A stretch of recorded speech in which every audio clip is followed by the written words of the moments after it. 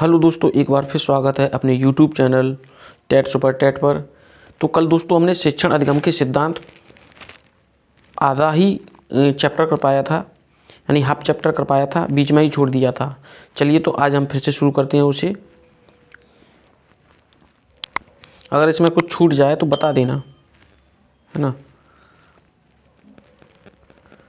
तो हमने इसे छोड़ा था यहाँ पर,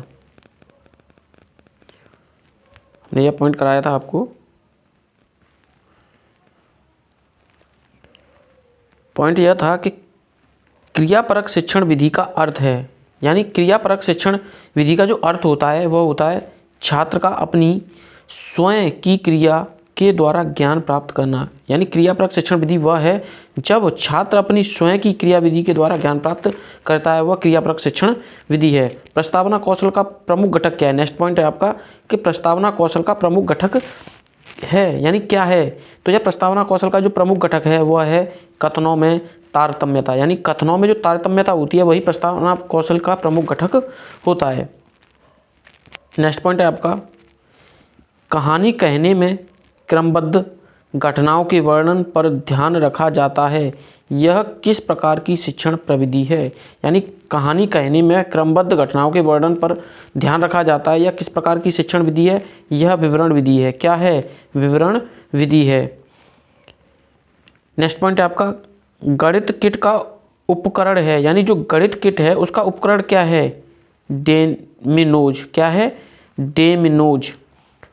तर्कात्मक क्रम से शिक्षण कराने से स्थायी एवं ठोस होता है, यानी तर्कात्मक क्रम से शिक्षण कराने से स्थायी एवं ठोस होता है। क्या होता है? तो यह अधिगम होता है। क्या होता है? अधिगम होता है।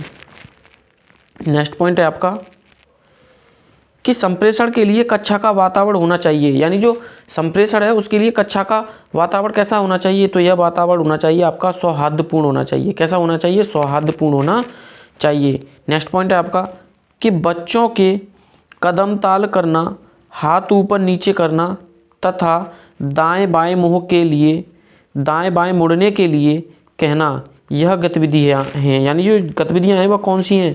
यह शारीरिक गतिविधियाँ होती हैं। कैसी होती हैं? यह शारीरिक गतिविधियाँ होती हैं। जैसे बच्चों से कदम ताल करवाना, हाथ ऊपर नीचे करवाना, दाएं बाएं मुड़ने के लिए कहना, यह शारीरिक गतियाँ होती हैं। नेक्स्ट पॉइंट है उपचारात्मक शिक्षण का प्रमुख कार्य क्या है? यानी जो प्रमुख कार्य है उपचारात्मक शिक्षण का वह क्या है? दोषपूर्ण अध्ययन एवं अध्ययन के प्रभाव को दूर करना। यानी जो दोषपूर्ण अध्ययन है एवं अध्ययन के प्रभाव को दूर करना होता है उपचारात्मक शिक्षण का प्रमुख कार्य। नेक्स्ट पॉइंट है आपका कि शिक्षण अधिगम हेतु दिया गया मार्गदर्शन दिशाबोध और प्रोत्साहन है, यह कथन किसका है? यानी शिक्षण अधिगम हेतु दिया गया मार्गदर्शन दिशाबोध और प्रोत्साहन होता है, यह कथन किसका है? यह रायबर्न का है। यह किसका है? रायबर्न महोदय का है। नेक्स्ट पॉइंट है आपका कि प्राचीन कालीन शिक्षण विधियाँ थीं। जो प्राचीन कालीन शिक्षण विधियाँ थीं वह शिक्षक केंद्रित होती थी, न कि छात्र केंद्रित। जो गुरु कहता था वह छात्र को करना पड़ता था उस समय, यानी शिष्य को। गुरु और शिष्य शिक्षण करते समय ध्यान रखना चाहिए, यानी शिक्षण करते समय सबसे ज़्यादा ध्यान किन चीज़ों का रखना चाहिए? बच्चों की रुचि व मानसिक स्तर का अध्यापक को ध्यान रखना चाहिए। नेक्स्ट पॉइंट है कि शिक्षण को सुव्यवस्थित व प्रभावपूर्ण बनाने का माध्यम क्या है? जो माध्यम है वह है शिक्षण विधियाँ। यानी शिक्षण को सुव्यवस्थित व प्रभावपूर्ण बनाने का जो माध्यम है वह है शिक्षण विधियाँ।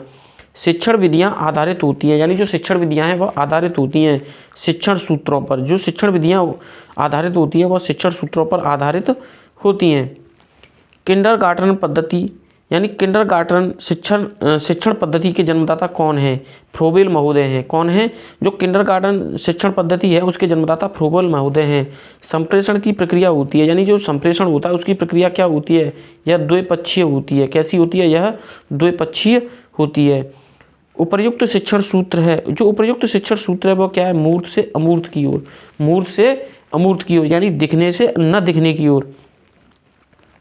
शिक्षण का सामान्य सिद्धांत नहीं है, यानी जो शिक्षण का सामान्य सिद्धांत नहीं है वो क्या है?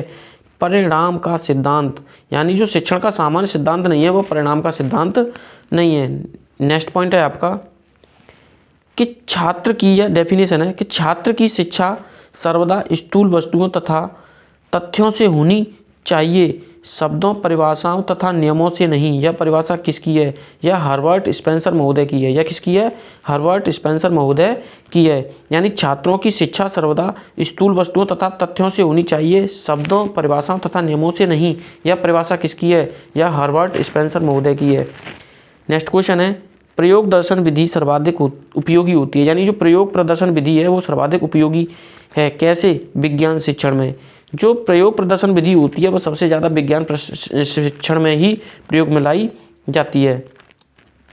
नेक्स्ट पॉइंट है आपका, सूक्ष्म अवलोकन व निरीक्षण शक्ति के विकास में सहायक शिक्षण प्रविधि है। यानी सूक्ष्म अवलोकन व निरीक्षण शक्ति के विकास में जो सहायक शिक्षण विधि है वह प्रश्नोत्तर विधि है। कौन सी है? प्रश्नोत्तर विधि है। नेक्स्ट पॉइंट है आपका कि छात्रों के पूर्व ज्ञान की जानकारी लेने हेतु उपयुक्त शिक्षण कौशल है। यानी छात्रों की पूर्व जानकारी लेने के लिए प्रस्तावना कौशल सबसे महत्वपूर्ण होता है। क्या होता है? प्रस्तावना कौशल सबसे महत्वपूर्ण होता है। नेक्स्ट पॉइंट है आपका कि बच्चों के कल्पना शक्ति का विकास किया जा सकता है। यानी जो बच्चों की कल्पना शक्ति है उसका विकास कैसे किया जा सकता है? तो जो बच्चों की कल्पना शक्ति है उसका विकास कहानी के द्वारा किया जा सकता है। किसके द्वारा किया जा सकता है? कहानी के द्वारा किया जा सकता है। नेक्स्ट पॉइंट है, शिक्षण प्रक्रिया में आपका स्पेस है, इसके बाद के व्यवहार में परिवर्तन आता है और उनके ज्ञान में वृद्धि होती है। यानी शिक्षण प्रक्रिया में अध्यापकों पहले आएगा अध्यापकों, फिर आएगा छात्रों एवं समाज के व्यवहार में परिवर्तन आता है और उनके ज्ञान में वृद्धि हो जाती है। यानी शिक्षण प्रक्रिया के दौरान अध्यापक और छात्र और समाज के ज्ञान में व्यवहार में परिवर्तन होता है और उनके ज्ञान में वृद्धि हो जाती है। नेक्स्ट पॉइंट है आपका, शिक्षण एक ऐसी परिस्थिति का आयोजन और परिचालन है जिसमें कुछ अधूरेपन या अवरोध रहते हैं जिनको पूर्ण करने अथवा पार करने के प्रयास की प्रक्रिया में व्यक्ति सीखेगा। यह परिभाषा है, यह ब्रूनर महोदय की है। किसकी है? ब्रूनर महोदय की है। मैं एक बार इसे फिर रिपीट कर देता हूँ कि शिक्षण एक ऐसी परिस्थिति का आयोजन और परिचालन है जिसमें कुछ अधूरेपन या अवरोध रहते हैं जिनमें पूर्ण करने अथवा पार करने के प्रयास की प्रक्रिया में व्यक्ति सीखेगा। यह परिभाषा किसकी है? यह ब्रूब्रेन महोदय की है। किसकी है? ब्रूब्रेन महोदय की है। एक प्रक्रिया है, भावात्मक होती है। शिक्षण एक प्रक्रिया भावात्मक होती है। कैसी होती है? शिक्षण एक प्रक्रिया है, यह भावात्मक होती है। किस प्रकार के शिक्षण में व्यवहार परिवर्तन की ओर विशेष ध्यान दिया जाता है? किस प्रकार के शिक्षण में व्यवहार परिवर्तन की ओर विशेष ध्यान दिया जाता है? क्रियात्मक शिक्षण में। यानी किस प्रकार के शिक्षण में व्यवहार परिवर्तन की ओर विशेष ध्यान दिया जाता है? क्रियात्मक शिक्षण में। चिंतन स्तर का शिक्षण निम्न में से किसके अंतर्गत आता है? शिक्षण के स्तरों की दृष्टि से चिंतन स्तर का शिक्षण निम्न में से किसके अंतर्गत आता है? तो यह आता है शिक्षण के स्तरों की दृष्टि से। नेक्स्ट पॉइंट है, संप्रेषण से तात्पर्य एक व्यक्ति के विचारों तथा संपत्तियों से दूसरे व्यक्तियों को परिचित कराने से है। यह कथन किसका है? यह E.G. मेयर का है। यह कथन किसका है? E.G. मेयर का है। नेक्स्ट पॉइंट है कि संप्रेषण की भौतिक बाधा है शोर, दूरी, अदृश्यता। यानी जो संप्रेषण की भौतिक बाधा है वह है शोर, दूरी और अदृश्यता। नेक्स्ट पॉइंट है आपका कि संप्रेषण की मनोवैज्ञानिक बाधा है। यानी जो संप्रेषण की मनोवैज्ञानिक बाधा है वह क्या है? अरुचि, पूर्ण धारणाएं और मतभेद। यानी संप्रेषण की जो मनोवैज्ञानिक बाधा है उसमें अरुचि आती है और पूर्ण धारणाएं आती हैं और मतभेद आता है। नेक्स्ट पॉइंट है आपका कि संप्रेषण की बाधाओं को दूर करने के उपाय कौन कौन से हैं? समुचित भाषा का प्रयोग करना, संचार धारा का द्विवाही होना, उचित प्रतिपुष्टि देना। यानी संप्रेषण की बाधाओं से बचने के लिए जो उपाय हैं वो है समुचित भाषा का प्रयोग करना, संचार धारा का द्विवाही होना, उचित प्रतिपुष्टि देना। नेक्स्ट पॉइंट है, संप्रेषण के कितने प्रकार होते हैं? संप्रेषण के 2 प्रकार होते हैं। कितने प्रकार होते हैं संप्रेषण के 2 प्रकार होते हैं। बालक को सिखाई जाने वाली बात का संबंध उसके जीवन से होना चाहिए, अनुभव से। पॉइंट है आपका, कक्षा में लोकतंत्री वातावरण का निर्माण तभी हो सकता है जब शिक्षक का दृष्टिकोण दमनकारी न हो, लोकतंत्रीय हो। कैसा हो? लोकतंत्रीय हो। यानी कक्षा में लोकतंत्री वातावरण का निर्माण तभी हो सकता है जब शिक्षक का दृष्टिकोण किसी की बातों को न दबाया जाए, सबकी बातों को सर्वमान्य माना जाए और उसका जो परिणाम निकले वो सभी के हितकर हो, किसी के दमनकारी न हो। है ना। नेक्स्ट पॉइंट है आपका, हमें प्रत्येक पाठ का उद्देश्य जानना चाहिए, यानी हमें प्रत्येक पाठ का उद्देश्य जानना चाहिए क्योंकि उसका प्रत्येक भाग और उसमें हम और हमारे छात्र जो कुछ करते हैं उस उद्देश्य पर निर्भर रहते हैं। यह कथन है, यह कथन रायबर्न व फोर्ज का है। किसका है? रायबर्न व फोर्ज का है। नेक्स्ट पॉइंट है, मस्तिष्क की शिक्षा केवल शरीर के अंगों के उचित अभ्यास और प्रशिक्षण से प्राप्त की जा सकती है। यह कथन किसका है? महात्मा गांधी का है। यानी महात्मा गांधी जी कह रहे हैं कि मस्तिष्क की शिक्षा केवल शरीर के अंगों के उचित अभ्यास और प्रशिक्षण से प्राप्त की जा सकती है। यानी मस्तिष्क की शिक्षा केवल शरीर के अंगों के उचित अभ्यास और प्रशिक्षण से प्राप्त की जा सकती है। यह कथन महात्मा गांधी जी के द्वारा दिया गया है। नेक्स्ट पॉइंट है आपका, किस शिक्षक को पूर्व ज्ञान पर ही नए ज्ञान को आधारित करना चाहिए। यानी शिक्षक को पूर्व ज्ञान पर ही नए ज्ञान को आधारित करना चाहिए। यह वाक्य किस शिक्षण सूत्र की ओर संकेत करता है? यह ज्ञात से अज्ञात की ओर संकेत करता है। नेक्स्ट पॉइंट है आपका, कि बालक को पूरी बात बताने के बाद ही उसके भागों को बताइए। यानी किसी बात को अगर बता रहे हैं तो बालक को पहले पूरी बात बता देनी चाहिए, उसके बाद में उसके छोटे छोटे भागों को बताना चाहिए। यह किस शिक्षण सूत्र की ओर संकेत देता है? यानी यह जो डेफिनेशन है या परिभाषा है यह किस की ओर संकेत करती है? यह पूर्ण से अंश की ओर संकेत करती है। नेक्स्ट पॉइंट है आपका, कि बालक के अविकसित मस्तिष्क में निश्चित विचारों को भरने का प्रयास का परिणाम केवल शाब्दिक बातें बताना हो सकता है। यह कथन किस महोदय का है? यह कथन रेमंड महोदय का है। किसका है? रेमंड महोदय का है। यानी इन्होंने कहा है बालक के अविकसित मस्तिष्क में निश्चित विचारों को भरने का जो प्रयास है का परिणाम केवल शाब्दिक बातों को बताना हो सकता है। यह कथन रेमंड महोदय का है, इन्होंने कहा है। नेक्स्ट पॉइंट है आपका,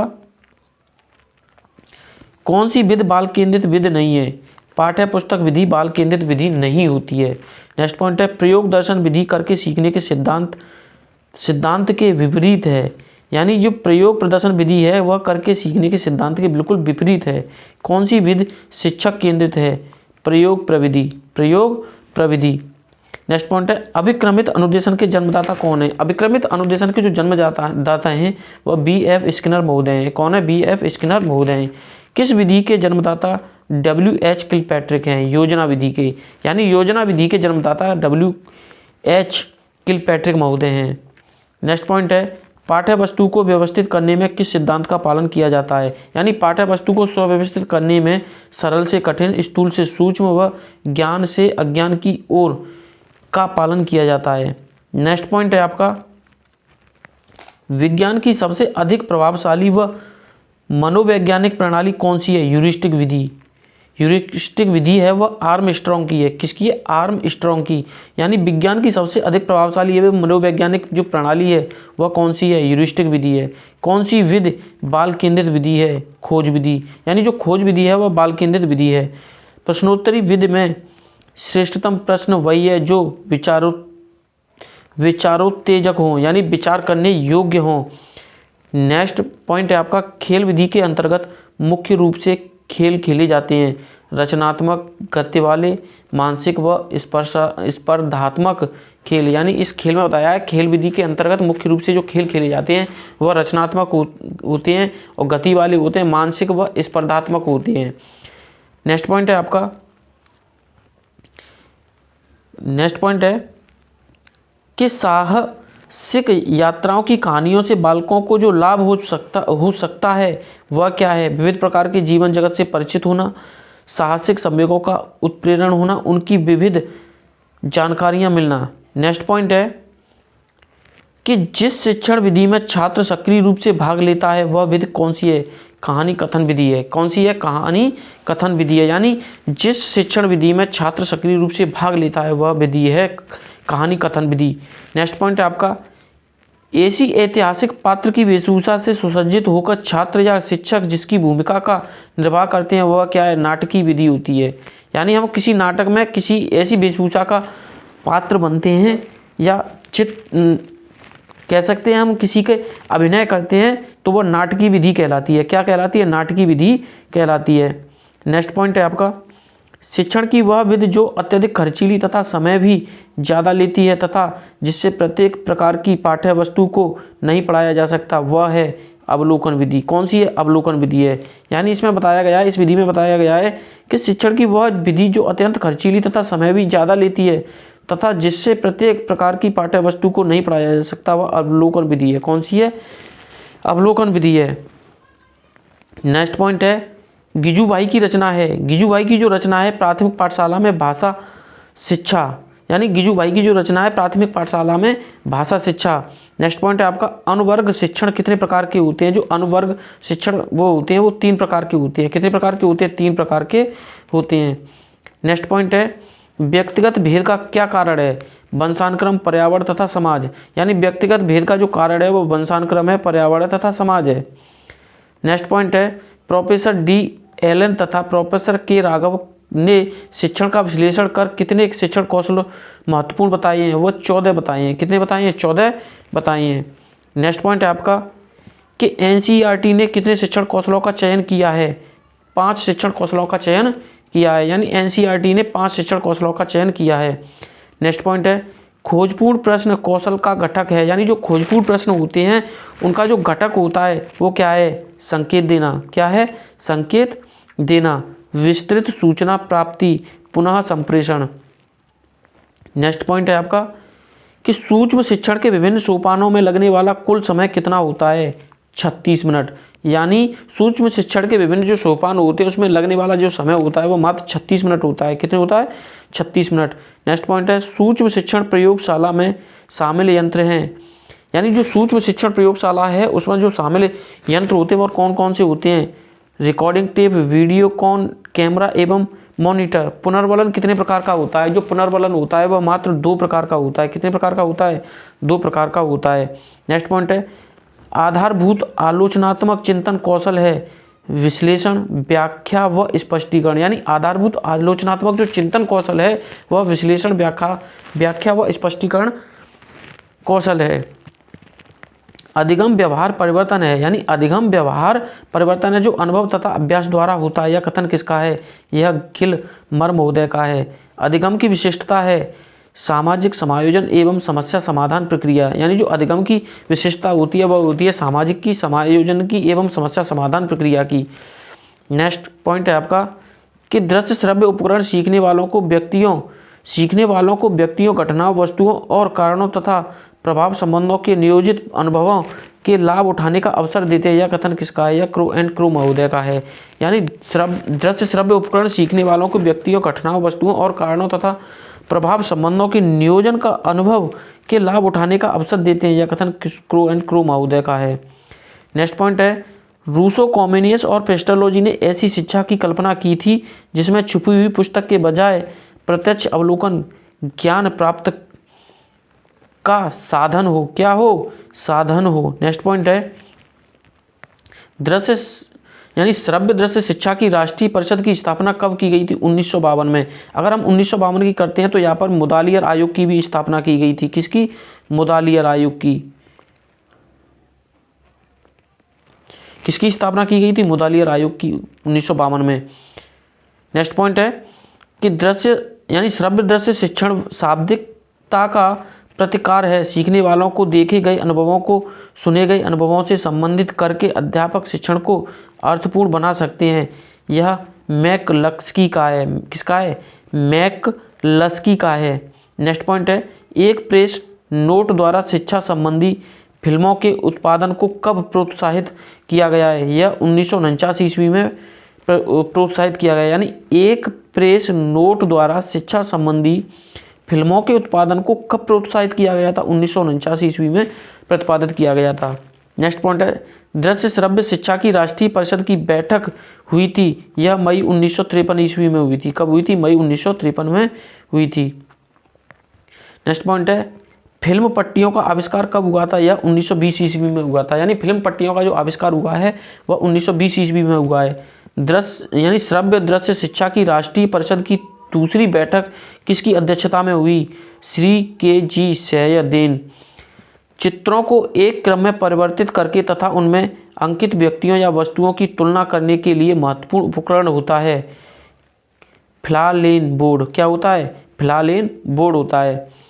नेक्स्ट पॉइंट है कि श्रव्य दृश्य सामग्री में आती है दूरदर्शन व वीडियो टेप्स, यानी जो श्रव्य होता है उसमें रिकॉर्डिंग होती है या टेप रिकॉर्ड होता है, लेकिन दृश्य सामग्री में दूरदर्शन भी आता है। नेक्स्ट है श्रव्य सामग्री में आती है रेडियो एवं ग्रामोफोन। टेप रिकॉर्डिंग के प्रयोग से रेडियो की सीमाओं को दूर किया जाता है, यानी टेप रिकॉर्डिंग के प्रयोग से दूरदर्शन यानी जो रेडियो की सीमाओं को दूर किया जा सकता है। प्रक्षेपित सामग्री में आते हैं फिल्म एवं स्लाइड, यानी प्रक्षेपित सामग्री होती है वह फिल्म एवं स्लाइड इसमें आते हैं। इसके अंतर्गत स्लाइड एवं फिल्म एवं स्लाइड आते हैं। तालिका चार्ट में सामग्री सामान्य अनुक्रम से प्रस्तुत की जाती है, यानी जो तालिका चार्ट होता है उसमें सामग्री सामान्य अनुक्रमण से प्रस्तुत की जाती है। भटनागर ने किन सिद्धांतों का विवरण प्रस्तुत किया है, यानी जो भटनागर महोदय हैं उन्होंने किन सिद्धांतों का विवरण प्रस्तुत किया है, तो यह शिक्षण अधिगम के सिद्धांतों का विवरण प्रस्तुत किया है। जो भटनागर महोदय हैं उन्होंने शिक्षण अधिगम के सिद्धांतों का विवरण प्रस्तुत किया है। गेज ने शिक्षण अधिगम के सिद्धांत के बारे में अपना मत प्रस्तुत किया था, यह 1963 ईस्वी में, यानी गेज महोदय ने शिक्षण अधिगम के सिद्धांत के बारे में जो अपना मत प्रकट किया है वह 1963 ईस्वी में किया है। नेक्स्ट पॉइंट है शिक्षण अधिगम के सिद्धांत को मनोवैज्ञानिक रियान ने बताया है, यानी जो शिक्षण अधिगम के सिद्धांत हैं उसको मनोवैज्ञानिक रियान ने बताया है, दो बताया है। क्या बताया है? दो बताया है। नेक्स्ट पॉइंट है रियान के अनुसार शिक्षण के सिद्धांत हैं वो दो हैं, एक्विजियोमेटिक यानी स्वयसिद्ध और एम्पिरिकल यानी प्रयोग सिद्ध। नेक्स्ट पॉइंट है आपका कि शिक्षण सिद्धांत को माना गया है, यानी जो शिक्षण सिद्धांत है उसको क्या माना गया है? कला और विज्ञान दोनों माना गया है, यानी जो शिक्षण सिद्धांत है उसको कला और विज्ञान दोनों माना गया है। शिक्षण सिद्धांत के लिए B.O. स्मिथ ने आवश्यक तत्व बताए हैं 4, यानी शिक्षण सिद्धांत के लिए B.O. स्मिथ ने आवश्यक जो तत्व बताए हैं वो 4 बताए हैं।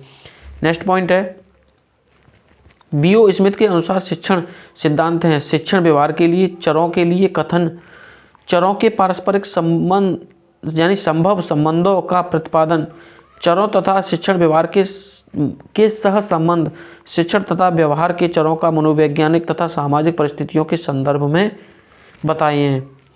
नेक्स्ट पॉइंट है कि शिक्षण का सिद्धांत आदर्श मूलक सिद्धांत है, यह ब्रूनर महोदय का है। किसका है? ब्रूनर महोदय का, यानी जो शिक्षण का सिद्धांत आदर्श मूलक सिद्धांत है वह ब्रूनर महोदय का है। नेक्स्ट पॉइंट है आपका शिक्षण का सिद्धांत बहुत ही तर्क वाक्यों का एक समूह होता है जिसमें एक ओर शिक्षा के परिणामों तथा दूसरी ओर छात्रों की विशेषताओं में पारस्परिक संबंधों को स्पष्ट किया जाता है। यह कथन किसका है? यह ट्रेवर्स का है। किसका? ट्रेवर्स का है। नेक्स्ट पॉइंट है आपका कि शिक्षण सिद्धांत सिखाने की प्रक्रिया से संबंधित है, यानी जो शिक्षण सिद्धांत है वो सिखाने की प्रक्रिया से संबंधित हैं, जबकि अधिगम सिद्धांत होते हैं सीखने की प्रक्रिया से। यानी शिक्षण सिद्धांत सिखाने की प्रक्रिया से संबंधित होते हैं, जबकि अधिगम सिद्धांत होते हैं सीखने की प्रक्रिया से।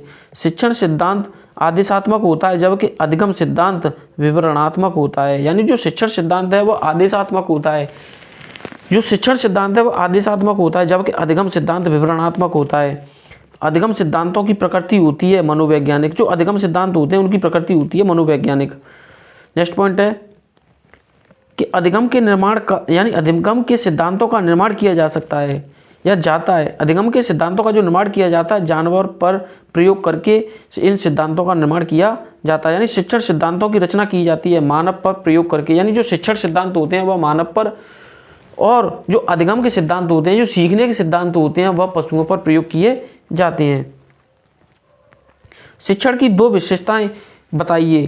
जो शिक्षण की दो विशेषताएं होती हैं, एक होती है ये विशिष्ट होते हैं। ये कैसे होते हैं? ये विशिष्ट होते हैं, यह सांस्कृतिक संरचना पर आधारित होते हैं। कैसे होते हैं?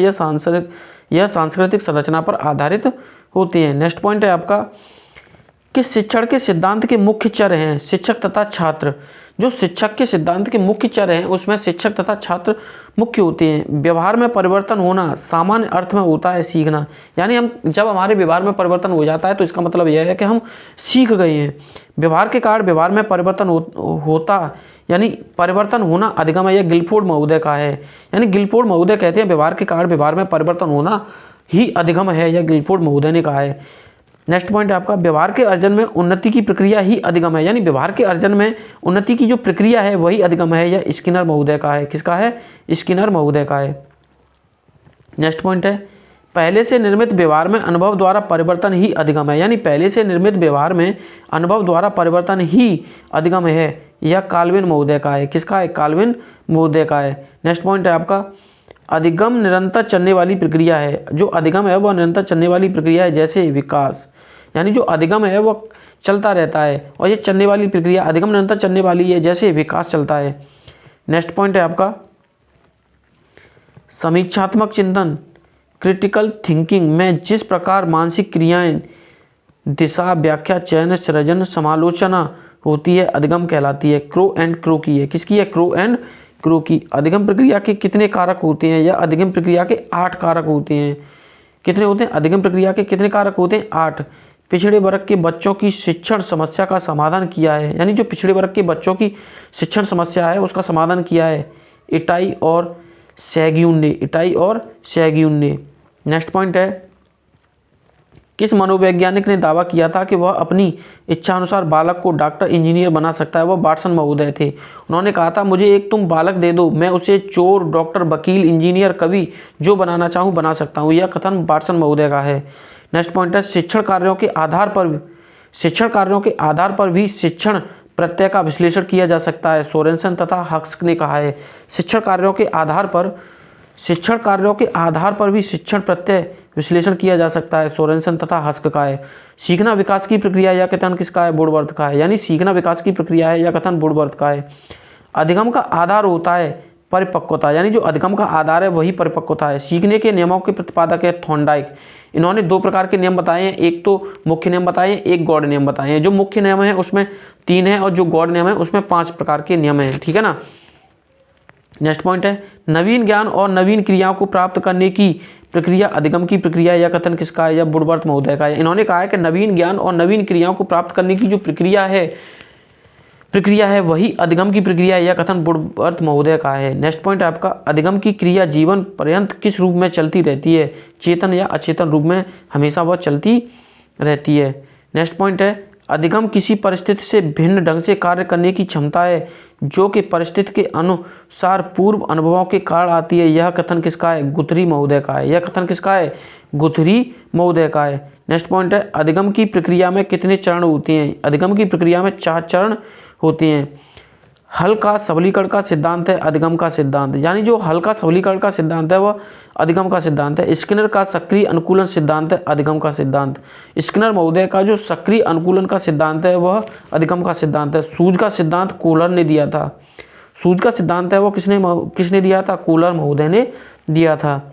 अनुकूलन अनुक्रिया सिद्धांत के प्रवर्तक कौन है? पावलव हैं। यानी अनुकूलित अनुक्रिया सिद्धांत के प्रवर्तक कौन है? पावलव महोदय हैं। क्लासिकल अनुबंधन सिद्धांत में कौन से तत्व पर सर्वाधिक बल दिया जाता है? पुनरावृत्ति पर। जो क्लासिकल अनुबंधन सिद्धांत है उसमें सबसे ज़्यादा जो जोर दिया जाता है वो पुनरावृत्ति पर दिया जाता है। थॉर्नडाइक का संबंध अमेरिका से था। मनोवैज्ञानिक पावलव का प्रयोग आधारित था। जो मनोवैज्ञानिक पावलव थे उन्होंने कुत्ते पर प्रयोग किया था। नेक्स्ट पॉइंट है, पावलव महोदय के कितने सिद्धांत हैं? पावलव महोदय के 3 सिद्धांत हैं। संबंध प्रत्यावर्तन का सिद्धांत, संबंध प्रतिक्रिया का सिद्धांत, अनुकूलित अनुक्रिया का सिद्धांत। नेक्स्ट है, अनुकूलित अनुक्रिया में प्राकृतिक उद्दीपक है भोजन। यानी जो अनुकूलित अनुक्रिया सिद्धांत है उसमें जो प्राकृतिक उद्दीपक है वह भोजन है। क्या है? वह भोजन है। थॉर्नडाइक ने किस जानवर पर प्रयोग किया था? वह बिल्ली पर किया था। किस पर किया था? बिल्ली पर किया था। क्रिया द्वारा सीखने का सिद्धांत माना जाता है शिक्षण का सिद्धांत। यानी क्रिया के द्वारा अगर कोई चीज़ सीखी गई है तो वह शिक्षण का सिद्धांत होगा। क्या होगा? शिक्षण का सिद्धांत होगा।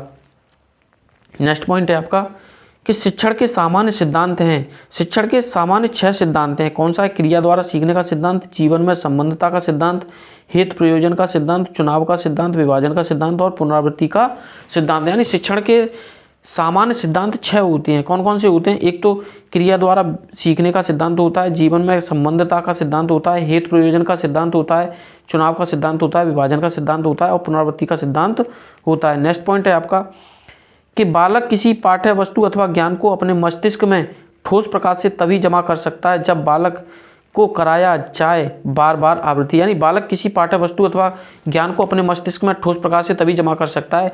जमा करने का मतलब वो सही तरीके से जब ही सीख सकता है जब उसे बार बार आवृत्ति कराई जाती है। नेक्स्ट पॉइंट है संपूर्ण पाठ्य वस्तु को बालक के सामने प्रस्तुत करना चाहिए उचित खंडों में। यानी संपूर्ण पाठ्य वस्तु को बालक के सामने प्रस्तुत करना चाहिए उचित खंडों में।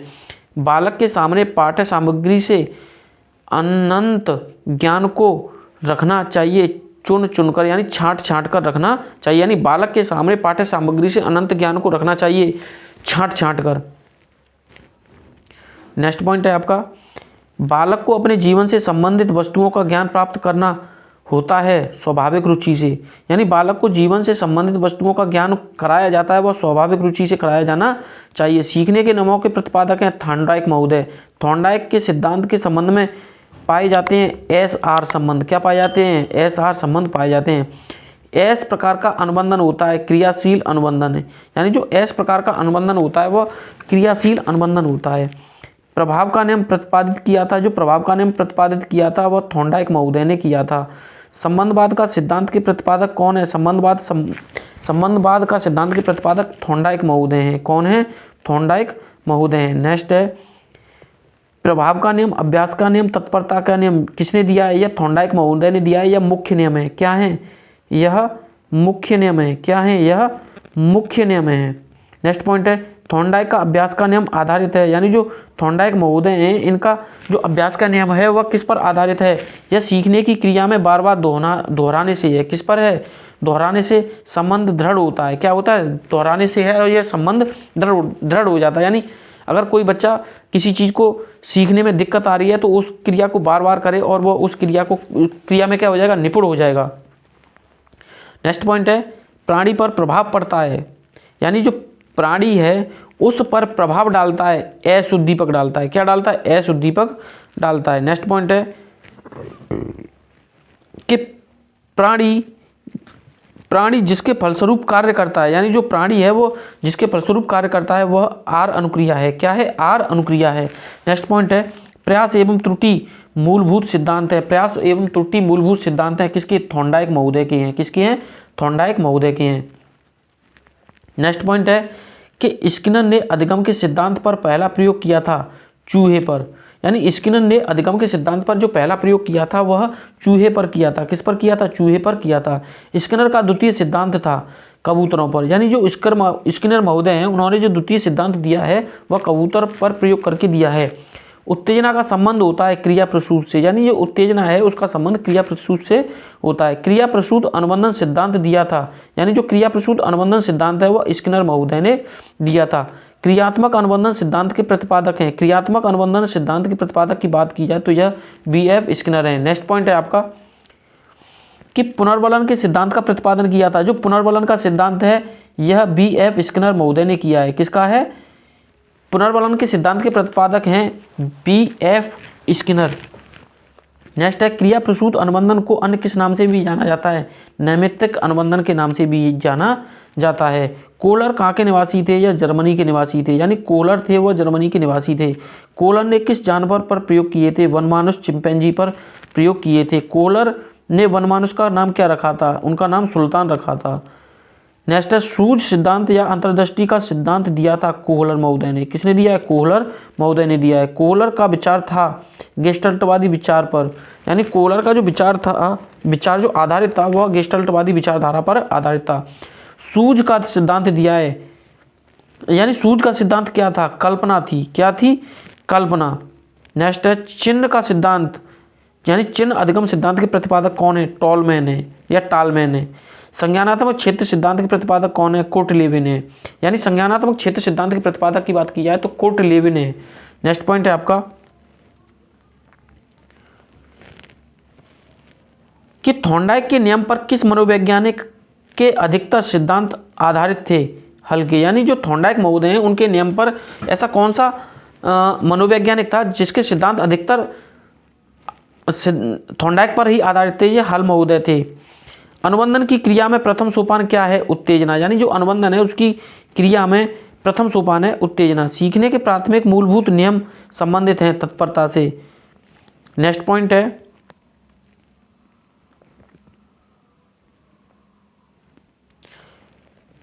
थॉर्नडाइक के व्यक्तित्व के वर्गीकरण का आधार है चिंतन और कल्पना। यानी थॉर्नडाइक के व्यक्तित्व के वर्गीकरण का जो आधार है वह है चिंतन और कल्पना। समानता का नियम, वैषम्य का नियम, समीपता का नियम, साचर्य का नियम है। यानी समानता का नियम, वैषम्य का वैषम्य का नियम है, वह समीपता का नियम है, साचर्य का नियम है। नेक्स्ट पॉइंट है आपका कि शिक्षकों को अध्यापन कार्य करते समय बालक का बढ़ाना चाहिए उत्साह। शिक्षक, नेक्स्ट पॉइंट है कि शिक्षक पाठ्यक्रम को व्यवस्थित करके छात्रों के सामने प्रस्तुत करने से छात्रों में अधिगम के प्रति बढ़ती है, अभिरुचि बढ़ती है। यानी शिक्षक छात्रों को व्यवस्थित करके छात्रों के सामने प्रस्तुत करने से छात्रों में, यानी शिक्षक पाठ्यक्रम को व्यवस्थित करके छात्रों के सामने में प्रस्तुत करने में जो अधिगम के प्रति बढ़ती है वह अभिरुचि बढ़ जाती है, यानी रुचि बढ़ जाती है। नेक्स्ट है थॉर्नडाइक का सिद्धांत कौन सी श्रेणी में आता है? व्यवहारात्मक सिद्धांत है। जो थॉर्नडाइक महोदय हैं उनका व्यवहारात्मक सिद्धांत है। नेक्स्ट पॉइंट है स्पीयरमैन के अनुसार तर्क करने की क्षमता और समस्या समाधान करने की क्षमता क्या कहलाती है? जी कारक कहलाती है। यानी स्पीयर महोदय ने कहा है कि तर्क करने की क्षमता और समस्या समाधान करने की जो क्षमता होती है उसे हम जी कारक कहते हैं। किस व्यवहारवादी की मान्यता है कि अन्य व्यवहारों की भांति भाषा की भी क्रिया प्रसूत अनुबंधन द्वारा सीखी जाती है? या स्किनर महोदय ने कहा है कि व्यवहारवादी की मान्यता है कि अन्य व्यवहारों की भांति भाषा भी क्रिया प्रसूत अनुबंधन द्वारा सीखी जाती है? या स्किनर महोदय ने किया है। नेक्स्ट पॉइंट है कि अभिक्रमायोजित अधिगम का प्रत्यय दिया था स्किनर महोदय ने दिया था। किसने दिया था? स्किनर महोदय ने दिया था। नेक्स्ट है नैतिक विकास का सिद्धांत किससे संबंधित है? जो नैतिक विकास का सिद्धांत है वह कोहोल वर्ग से संबंधित है। किससे संबंधित है? कोहोल वर्ग से। नेक्स्ट पॉइंट है आपका कि कोहोल वर्ग के अनुसार किस अवस्था में नैतिकता यानी बाहरी कारकों द्वारा निर्धारित होती है? पूर्व पारंपरिक अवस्था। यानी कोहोल वर्ग के अनुसार किस अवस्था में नैतिकता बाह्य कारकों द्वारा निर्धारित होती है? वो होती है पूर्व पारंपरिक अवस्था। कोहलबर्ग के नैतिक विकास के सिद्धांत में कितनी अवस्थाएं बताई गई हैं? तो कोहलबर्ग के सिद्धांत में 3 अवस्थाएं बताई गई हैं। कितनी बताई गई हैं? पूर्व परंपरागत, परंपरागत और उत्तर रूढ़िगत स्तर। नेक्स्ट है क्षेत्र सिद्धांत निम्न में से किस वर्ग का सिद्धांत है? गेस्टल्टवादियों का है। जो क्षेत्र सिद्धांत है वह गेस्टल्टवादियों का है। नेक्स्ट पॉइंट है आपका कि व्यवहारिक क्षमताओं में वह सापेक्ष स्थायी परिवर्तन जो कि प्रचलित अभ्यास का परिणाम है उसे कहते हैं, उसे हम अधिगम कहते हैं। क्या कहते हैं? उसे हम अधिगम कहते हैं। यह कह रहा है कि व्यवहारिक क्षमताओं में यानी जो व्यवहार है उसकी क्षमता में वह सापेक्ष स्थायी परिवर्तन, वह स्थायी परिवर्तन जो प्रचलित अभ्यास का परिणाम है उसे कहते हैं। प्रचलित का मतलब प्रेजेंट का, अभ्यास का जो परिणाम है उसे हम अधिगम कहते हैं। क्या कहते हैं? अधिगम कहते हैं। अगर दोस्तों यह वीडियो आपको पसंद आई हो तो आप इसे लाइक, सब्सक्राइब और कमेंट करें। नेक्स्ट वीडियो कल।